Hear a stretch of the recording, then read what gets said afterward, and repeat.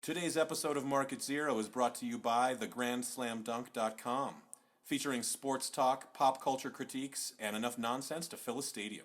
Follow us on Twitter, Facebook, Instagram, or just visit the website. Market.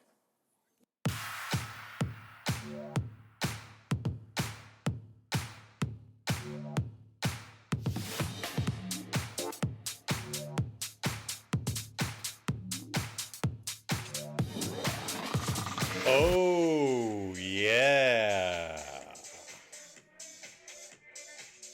Welcome back and welcome home to the Market Zero podcast. It's good to be back with y'all today. It's been a while since we've talked. I'm G Money Grant coming at you from Grant's on Grant Street. We've got a special podcast today as we listen to Ross Palmer pumping the U-Cray. Let's crank that up again.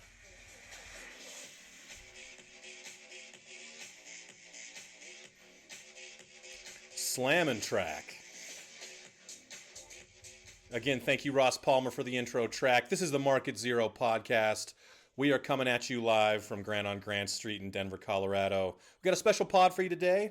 We're going to start working through some of our previews for the NFL season. We got the NFL coming up pretty soon. And we want to start working through. We want to give you an idea of some of our thoughts on teams, some ideas for over-unders, maybe some good bets and some gambling that you can take advantage of. We'll also cross over a little bit into fantasy, although we will have a more fantasy-specific podcast coming up shortly. So with that, we're going to call in to Ben in the southern den of Ben. We're going to take this division by division. Right now, we are starting with the AFC South. So, Mr. Ben down in 10... What do we got? What do we got in the AFC South? So in the AFC South, we got the Houston Texans, the Indianapolis Colts, the Jacksonville Jaguars, and the Tennessee Titans. Last year, Houston was 9-7, winning the division. The Colts, while they have Andrew Luck, they had some bad luck. They went 8-8. Luck was injured, which seems to be the general consensus is that if Andrew was healthy, then the Colts would have been much better. The Jacksonville Jaguars improved on last year, but they still weren't very good. They were 5-11, and rounding out the bottom of the division was Marcus Mariota's Tennessee Titans. Rookie season, 3-13. Not the first rookie quarterback to go 3-13. These things happen. So they're looking for a bounce back year. Absolutely, yeah. I think Tennessee's definitely going to have a bounce back year. I think Mariota gets better. I think they've added some weapons. I think they've got some decent running backs there now. So I expect definitely an improvement in Tennessee to start with right away, yeah. And, man, Luck is the key in Indy. He seems to be one of those kind of dependent, dominant players that when he's gone, the team is completely different. So you hope that he doesn't rupture a spleen again. Right. I think that's what happened last time. It was some pretty severe, kind of crazy injuries that really affected him. So you hope he's right. You hope that's not something that recurs. But yeah, I mean, Luck is the best player in this division. We know he's a great quarterback. Indy has pieces. If Luck's healthy, this should be Indy's division, shouldn't it? Oh, I agree with that. The big question is, has Indianapolis done enough to shore up their offensive line so they can actually protect the investment that is the Maverick, Andrew Luck? If Peyton's the sheriff, then Andrew is definitely the Maverick. I don't know. I love it. The Maverick. No, I like it. Yeah. With these horse-themed teams, you have to have some sort of horse-themed nicknames. I like the Maverick. How many horse-themed teams are out there? Let's see. You got the Colts. You got the Broncos. Is that it? I think that's it. Yeah, that's it. There's a lot of Broncos out there. There's no stallions, is there? Why aren't there any stallions? That's a great name. The Las Vegas Stallions. That's what it should be. Oh, dude, that would have been fucking perfect. That would have been so good. It would have been great. They should listen to us. It's bullshit. They should.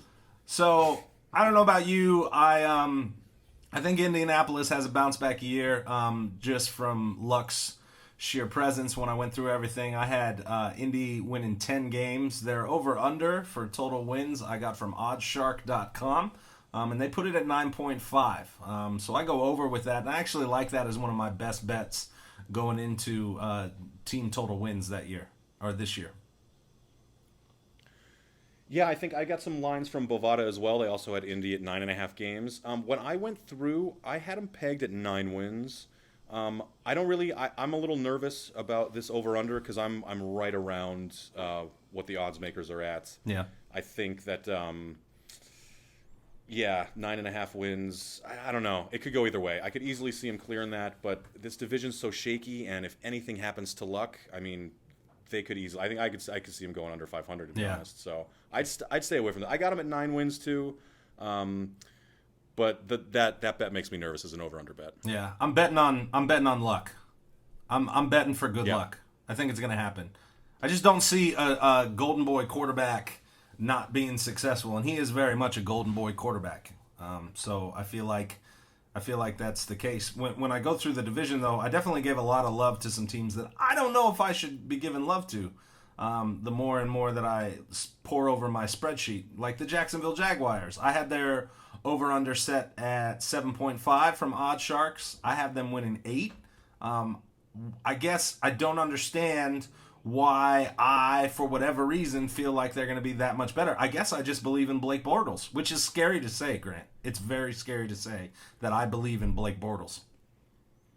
No, not at all. I don't think you should have any fear in Blake Bortles. If we want to do a quick fantasy crossover, Blake is definitely one of my higher ranked of a lower quarterback tier. I think he's got a live arm.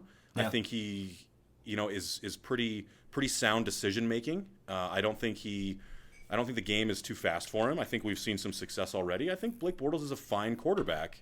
I'm not sure if he's going to be staying upright very much. And I don't know, because he put up a lot of fantasy points, and he kind of got on the radar because they were playing from behind so much. Right. And so he really put up some yardage numbers. And so my big question is going to be more on the defensive side of the ball. Can they kind of keep games more reasonable and keep them in games? And I think if they do keep games close, I think Bortles is can stick with teams. He can do it. So no, I wouldn't be afraid of jumping on Blake Bortles at all. So I don't think they're going to be that good of a team, but I think Bortles is a fine quarterback. And you like the Bortles to Julian Thomas connection in the red zone for touchdowns? Nah, Julius Thomas is a pile. Julius Thomas is Peyton Manning's left arm. He is nothing without Peyton Manning. Boom, mark it. Mark it. I like it. What they spent some money on their defense this last season. They stole the Denver Bronco. That's the second marquee Denver Bronco in the offseason that the Colts have picked off in Malik Jackson, who I thought was kind of an unsung hero in the Broncos record-setting defense last year. Yeah, Malik was definitely a key player. His size and his presence really anchors a defense. I'm not sure that he's going to replicate. Like you said, there've been a couple players that have gone from Denver over to Jacksonville, and they just don't seem to have the same kind of success. Yeah. I think Malik is a pretty good player. I don't think he's worth what they paid him for. Oh yeah, they definitely overpaid him. But I mean that's kind of unavoidable when you're just playing the free agent market. So I think Malik's solid, but I'm not sold that entire defense is going to come together like it should. So I don't know. I had Jacksonville at 6 wins. Okay. So I would definitely take an under if it was at 7.5. But again, not hugely under. I think this team's going to win some games. I really do. Mm-hmm. They're a mystery. The division is just it's been so shitty for so long, and I mean, really, no one's ever won anything in Jacksonville. I guess you could say they were okay when Jack Del Rio was the coach, but I mean, really, the most success that franchise has had is when Tom Coughlin was at the helm, during the late years of John Elway. Right. I don't know. What's Bavado's line? Does Bavado have him at 7.5? Yeah, they had him at 7.5 as well. Yeah, that's a tough one. I think if you're absolutely addicted to gambling and you have to bet on something, I would take the over on that. But I'm like you. I don't feel too strongly about that. Yeah, and I would go under. I think you had him at 8 wins. Yeah. Our difference is 2 games, I think. Barely. Yeah. And in that division, man, 1 or 2 games are going to be weird. They're going to be squirrely. They're going to be decided by a missed field goal or by a fumbled punt, Right. Because this division is just mired in mediocrity, it seems. You've got some teams that just kind of can't get over the hump. in sort of Houston and Indianapolis. Houston's sort of resetting. We'll talk about them in a second. Tennessee's rebuilding for sure. They've got the young quarterback, but maybe haven't figured it out yet. And we really don't know what to expect in Jacksonville. Seems like there's decent quarterback play, but just not total team cohesion in this division. Yeah, there are pieces all over the division. Yep, I agree with that. Yeah. I feel like at least one of these teams is going to figure it out and is going to put it together. And it might be better to look at, what's the coach that's really going to put the game plan together and going to get the guys to play as a team? Because I think that's going to be indicative. Whichever team comes together the best is going to rise to the top.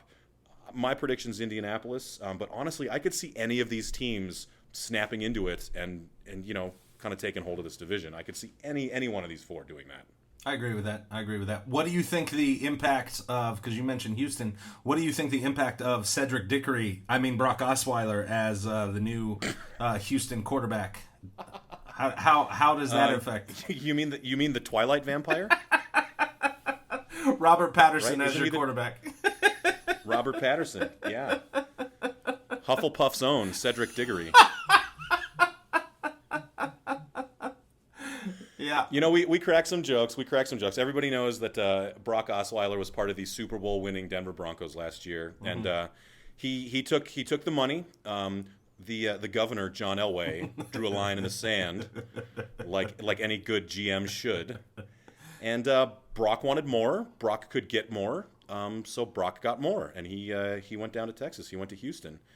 I think Brock's a solid quarterback. I think he's got some pretty obvious flaws. Number one is his delivery. He hangs onto the ball a little too long, which with not an excellent offensive line in Houston could lead to a lot of sacks. So I think he's got a huge arm. He's got a cannon for an arm. He can jack it down the field. I just worry that with that kind of a paycheck comes the expectation that you are the man. And I don't know if Brock is the kind of quarterback to be the man to carry a team. Definitely got some weapons. The Hopkins kid is ridiculous. Yep. I'm not sure they've got running the ball now. So they signed Lamar Miller from Miami. Basically, the Miami guy. Basically Miami and Houston flipped running backs. Adrian Foster, I think it's Adrian Foster or Arian Foster went to Arian. Yeah, that's right. He went to Miami, and Lamar Miller ended up in Houston. And Lamar Miller, in terms of a fantasy perspective, was incredibly disappointing. I know for some people that I've played with who had him on their team from last year. But the Hopkins kid is, I think, the biggest weapon that the Osweiler has to throw to. I had that dude on my fantasy team last year, and he is the sole reason why I even made the playoffs in my league. So, he's definitely legit. What makes me nervous about Houston, J.J. Watt had back surgery. Right. Then that, he goes from being one of the most dominant players in the league to having surgery on your back. Back surgeries make me nervous. ACL surgeries, seem like dime a dozen nowadays, but a back injury is a big fucking deal, man. So I don't know. That makes me take a flag on Houston. I do like, out of all the coaches in this division, I like Bill O'Brien the best, and that may be I may be a little biased when I say that, just because I have immense respect for him walking into Penn State the way he did, and giving 2 solid years there to kind of help rebuild what had been destroyed in Happy Valley.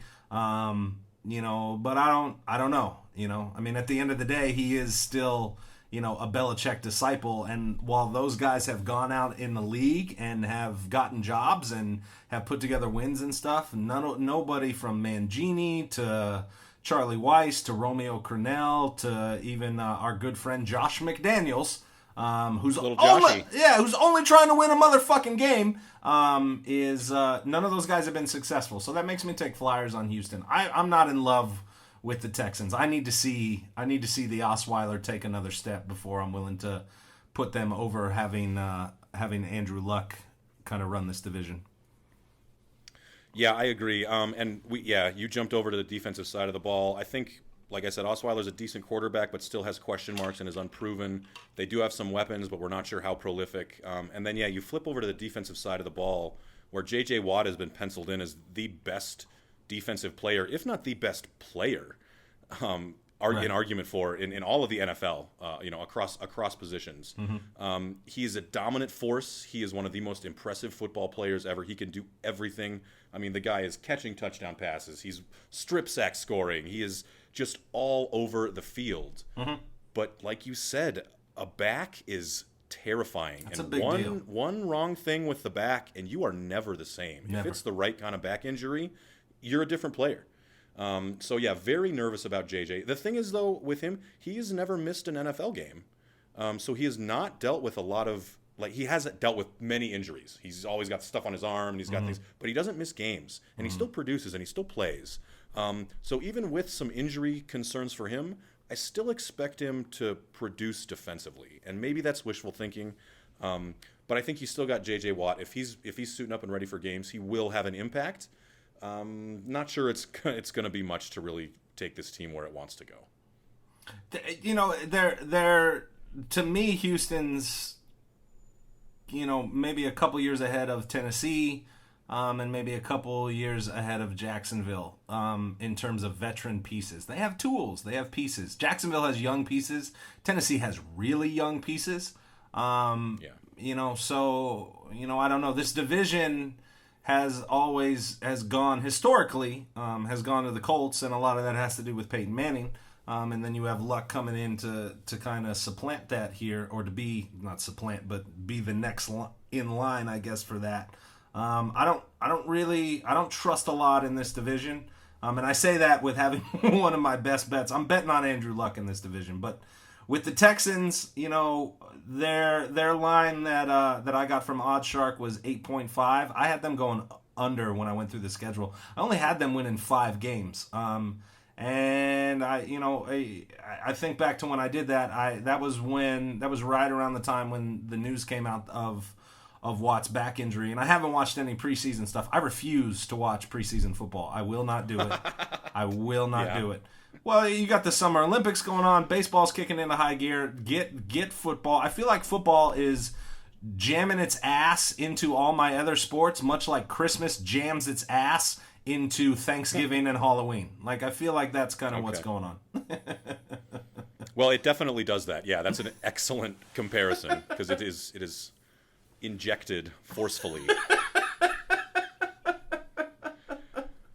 But I think you're right. I actually have the same win total for Houston. I have watched a little bit of preseason football, not a lot. I caught the Tennessee game, which I'll switch into here in a second. But I've got Houston at 5 wins too. Okay. I've got them in the bottom of the division. I've got Brock winning a game, throwing some late deep touchdown, and I've got JJ Watt getting a sack in the closing minutes to steal a game. But I don't have them playing consistently. I don't have them, hanging with teams very much. I do have respect for O'Brien, but I'm not sure that he's the kind of coach that can take over a division. That can actually get wins on his own. So right. I'm pretty down on Houston as well. The team that I would swing upwards in, like we said, the Vegas odds makers, they've got Houston at about 8.5 wins, which I'd go way under. And they have the team that I switched them with, which I think is going to figure it out, which I have more faith in the quarterback in, which is the Tennessee Titans. Yeah, talk to me about the Titans. So the Titans, I did watch some preseason football. It was Tennessee and Carolina. Pretty interesting matchup. So I wanted to see a little bit of Cam in the preseason. Wanted to see if he's taking things seriously or if he's still kind of being childish and still being Cam. Getting touchdowns called back. Did you hear about touchdowns? That? Yeah, exactly. Yeah, a little bit. Yeah.